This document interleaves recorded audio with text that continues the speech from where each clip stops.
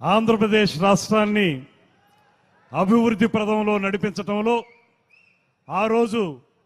అవిభక్త ఆంధ్రప్రదేశ్ కానీ ఇవాల్టి విభజిత ఆంధ్రప్రదేశ్ కానీ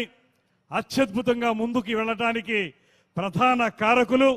ఈ రాష్ట్రంలో సంక్షేమాన్ని అభివృద్ధిని సమపాళ్లలో రంగరించి ఈ రాష్ట్రాన్ని సర్వతోముఖంగా అభివృద్ధి చేస్తున్నటువంటి పెద్దలు శ్రీ నారా చంద్రబాబు నాయుడు గారికి మనందరి తరపున కూడా ప్రత్యేకమైనటువంటి ధన్యవాదాలు తెలియజేస్తూ ఇవాళ మీకు ఈ నీటిపారుదల రంగం మీద కానీ రాష్ట్ర అభివృద్ధి మీద కానీ ముఖ్యంగా రైతాంగ సంక్షేమం మీద కానీ ఉన్నటువంటి శ్రద్ధ గత పాలకులు ఎవరికీ లేదు. ఇది స్పష్టంగా మనకు కనబడతా ఉంది. ఇవాళ మీరు ఏ గేట్లయితే ఈ గోదావరి నది మీద సరార్దర్ కాటన్ యొక్క ఆశయంతో ముందుకొచ్చాయో ఆ గేట్లు పాడైపోతే వాటిని తిరిగి బాగు చేయాలనేటువంటి కనీస ఆలోచన లేనటువంటి వైఎస్ఆర్ ప్రభుత్వాన్ని మనం చూసాం. అయితే ఆ రోజు కూడా తెలుగుదేశం పార్టీ హయాంలోనే 58 గేట్లకి ఆ రోజున రిపేర్లు చేసి కొత్తవి ఏర్పాటు చేశారు. అదేవిధంగా ఇప్పుడు మిగిలినటువంటి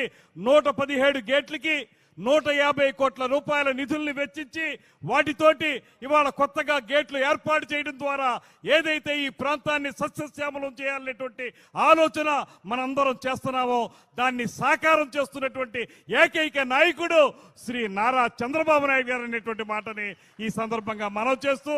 అటువంటి ఒక దార్శనికత ఉన్నటువంటి ముఖ్యమంత్రి కేవలం ఒక విషయమని కాదు,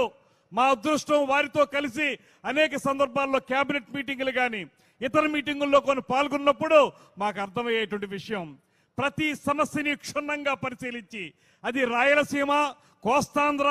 ఉత్తరాంధ్ర ఏ ప్రాంతం అయినప్పటికీ కూడా అక్కడ ఉన్నటువంటి సమస్యల్ని ఆమూలాగ్రం కూడా పరిశీలించి వాటికి సరైనటువంటి పరిష్కారం చూపించగలిగేటువంటి ధీశాలి శ్రీ నారా చంద్రబాబు నాయుడు గారు అనేటువంటి మాటను కూడా ఈ సందర్భంగా మనవి చేస్తూ, ఇవాళ ఈ రాష్ట్రానికి ఒక అద్భుతమైనటువంటి నాయకత్వం ఉంది. ఈ దేశంలోనే గ్రేట్ విజనరీగా పేరు పొందినటువంటి శ్రీ నారా చంద్రబాబు నాయుడు గారు ముఖ్యమంత్రిగా, అదేవిధంగా పేదవాడి కోసం పార్టీని ప్రారంభించినటువంటి ఉప ముఖ్యమంత్రి పవన్ కళ్యాణ్ గారి నాయకత్వం మరో పక్కన,